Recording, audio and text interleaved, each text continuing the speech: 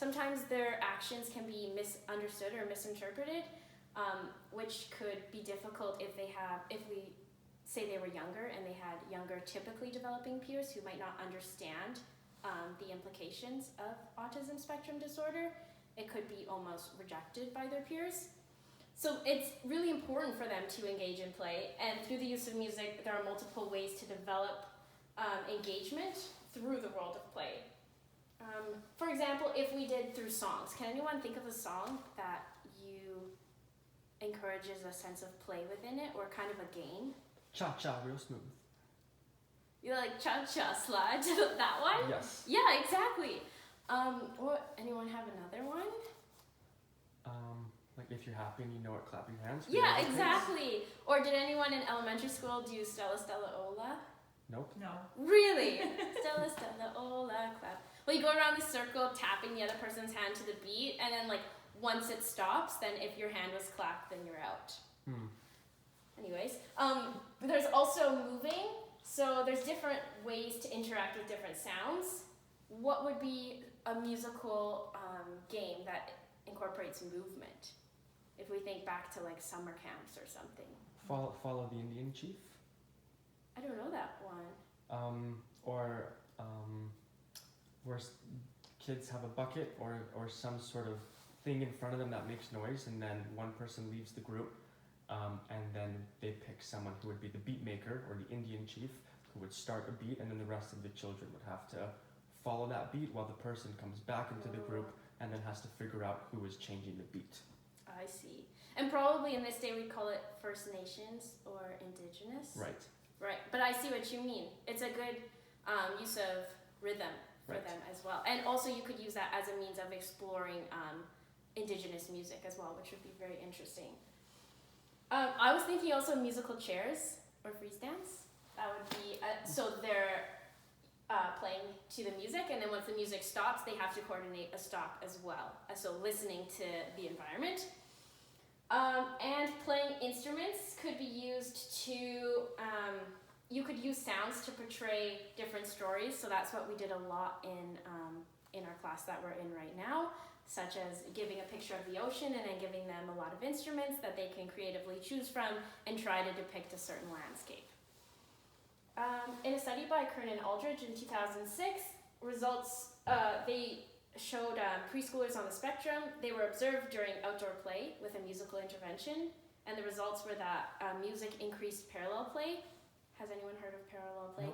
It's basically when children or any individuals are playing together, but they're not influencing each other's actions. So it's like if they were both coloring together, but they weren't telling each other what to color or how to color it, they were just sitting together, if that makes sense. And what was interesting among the study is that when music was paired with other individual interests and routines and structure of those specific individuals, prosocial behavior was increased. And then the last one is improvisational music therapy. So what is it? It's the use of live music to help meet clients' specific needs.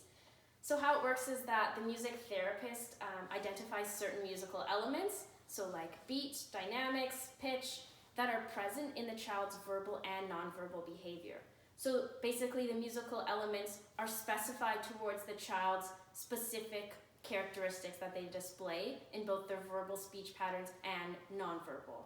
So like social interactions. Does that make sense? Yes. Kind of? Okay. And so if they build off this and create an environment where the child can socially engage, specifically because it's catering to their specific interests and needs. So it can be an avenue for nonverbal interactions. Can you think of some nonverbal interactions that would be examples in this case? Through music, what are some things you have to do that don't involve talking? We talked about them a little bit before. So say if you're facing the teacher and you're both, he or she wants you to do a beat, what would you have to probably look at them? Yes. So eye contact. Right. What would be another one? Do you think that there might be some facial expressions in there, or that it would be. There would be facial expressions. And then also, as we talked about through play, there can be movement and gestures as well. So,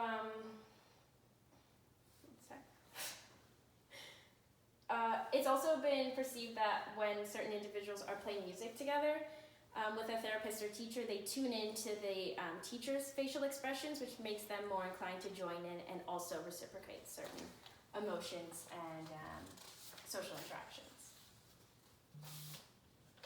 Okay, this is the last one. So in a study by Aaron in 2015, adolescents on the spectrum took part in 8 musical sessions, which included elements such as warm-ups, rhythm games, creative movements, and dance. And each session was video recorded so that the people conducting the study could see improvements throughout these, I think it was 8 weeks or something like that. And what was interesting is at first a lot of them were reluctant to be involved. They were hesitant. They didn't really want anything to do with it. And only the girls would talk to the girls and the boys would talk to the boys. I think this could be because they were shy. I mean, if we think back to when we were younger, usually sometimes we would just talk to people that were of the same gender. But as the sessions went on, they got more comfortable with, like, the girls talk to the boys and the boys talk to the girls. And communication increased. They began to be more open and they began to trust each other. And then other observations that took place were individuals were more willing to do turn-taking, eye contact, listening, self-expression, coordinated movement, and collaborative decisions, which is very interesting. So, if we go to my next slide, this is what would have been my activity, but I will just explain to you the hope and goal of it. So I was going to show you this photo and say you have a couple minutes to write down how they would get out of that knot. So you could say, like, okay, the woman in this shirt needs to put her arm up like that, and you would not get to talk to anyone or see any of their responses or even move around to try to make sense of it in your own mind. You just have to sit at your desk and write it. And then, next slide, I would have everyone come into a circle, put their arms like this. Good thing we're not doing this right now because nobody should really be touching hands. And then you grab 2 different people's arms, and then you would actually be in a human knot.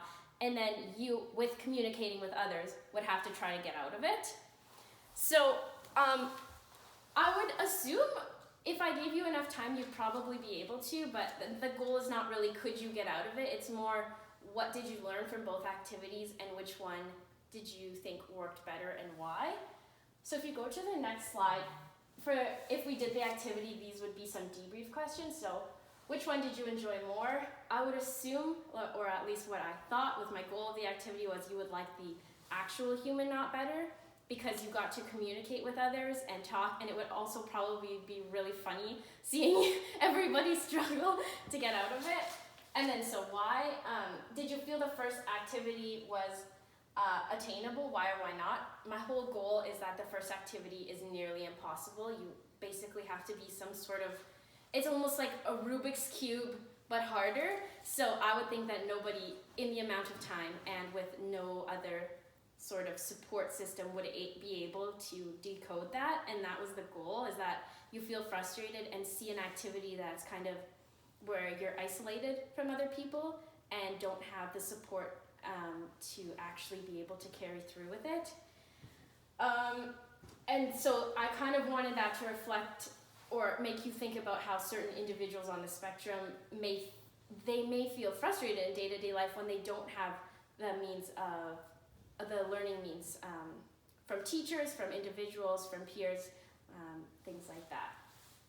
And then also that creates an environment where you feel isolated, and without social communication it can feel just that you're not able to do it, and also not as fun. And then the other activity, the contrast, was supposed to show that I wanted to ask you what sort of things did you have to do in order to try to get out of the knot.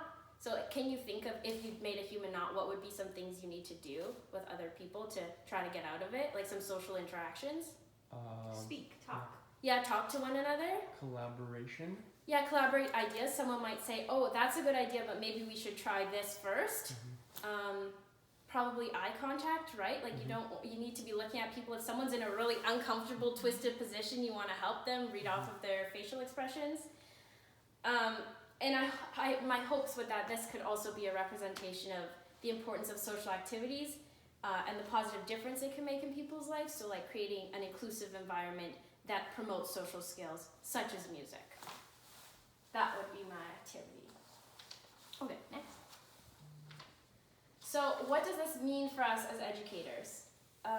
As we've discussed, individuals on the spectrum tend to respond quite positively to music. So ASD is characterized by social deficits, but music can be used as a means to develop lifelong skills that can facilitate social interactions. Through musical interventions, we've looked at a myriad of studies that have proven skills such as emotional reciprocity, language development, nonverbal communication, joint attention, and engagement behaviors that have been improved for certain individuals that are on the spectrum.